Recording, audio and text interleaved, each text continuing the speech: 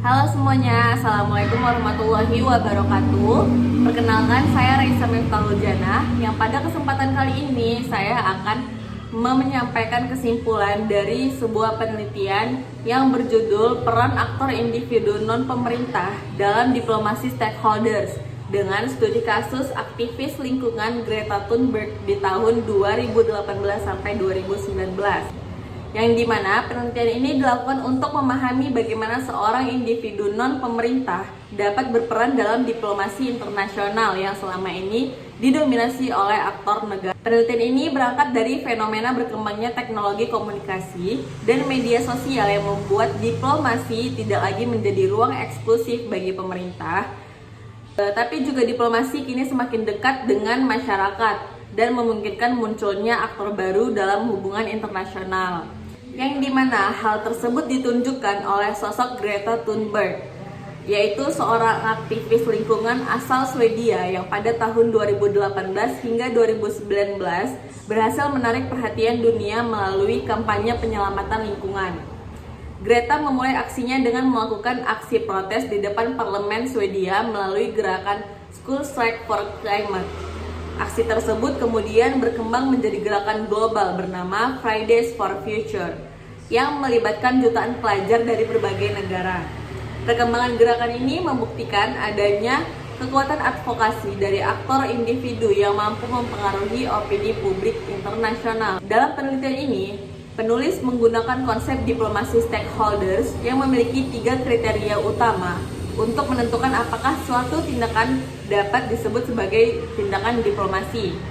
3 kriteria tersebut adalah: yang pertama, adanya ruang institusional.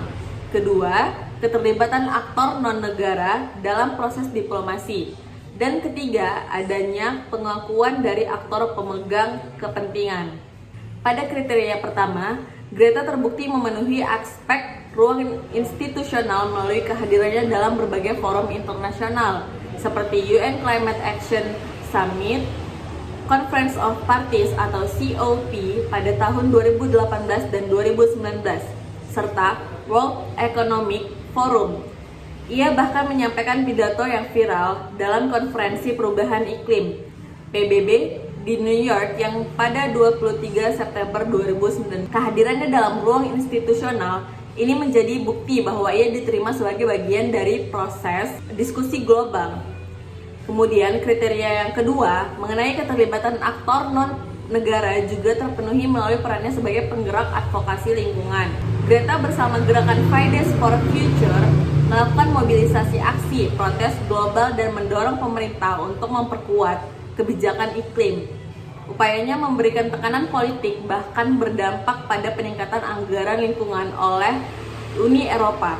Fakta ini menunjukkan bahwa proses advokasi dan negosiasi yang ia lakukan membawa dampak nyata dalam kebijakan internasional. Selanjutnya, pada kriteria yang ketiga, Greta mendapatkan pengakuan global, baik berupa dukungan maupun kritik. Ia memperoleh banyak penghargaan termasuk Right Livelihood Award yang dianggap sebagai Nobel alternatif dan dinobatkan sebagai Person of the Year oleh majalah Time pada tahun 2019. Sementara itu, pemimpin dunia seperti Donald Trump, Angela Merkel, hingga Sekretaris Jenderal PBB Antonio Guterres turut memberikan respons atas aksinya. Semua bentuk perhatian tersebut menegaskan bahwa Greta telah diakui oleh aktor-aktor penting dalam politik internasional. Melalui pemenuhan 3 indikator ini, penelitian ini menyimpulkan bahwa Greta Thunberg dapat dikategorikan sebagai aktor diplomasi non-pemerintah yang valid dalam tantangan hubungan internasional. Keberhasilan Greta menunjukkan adanya perubahan mendasar dalam pemahaman mengenai diplomasi, di mana bahwa diplomasi tidak lagi terbatas pada negosiasi formal antar negara, tetapi juga dapat dilakukan melalui aksi publik yang melibatkan masyarakat global. Dari kasus Greta Thunberg juga menegaskan bahwa individu dapat menjadi agen perubahan global, terutama ketika didukung kuat oleh kekuatan media sosial dan solidaritas transnasional. Keterlibatan generasi muda dalam isu perubahan iklim memperlihatkan bahwa diplomasi masa kini semakin inklusif, partisipatif, dan berbasis pada gerakan akar rumput.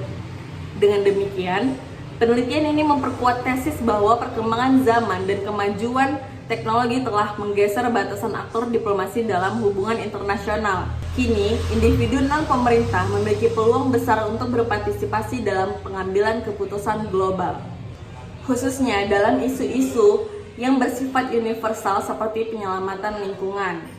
Sekian kesimpulan dari saya. Terima kasih telah menonton videonya. Thank you for watching.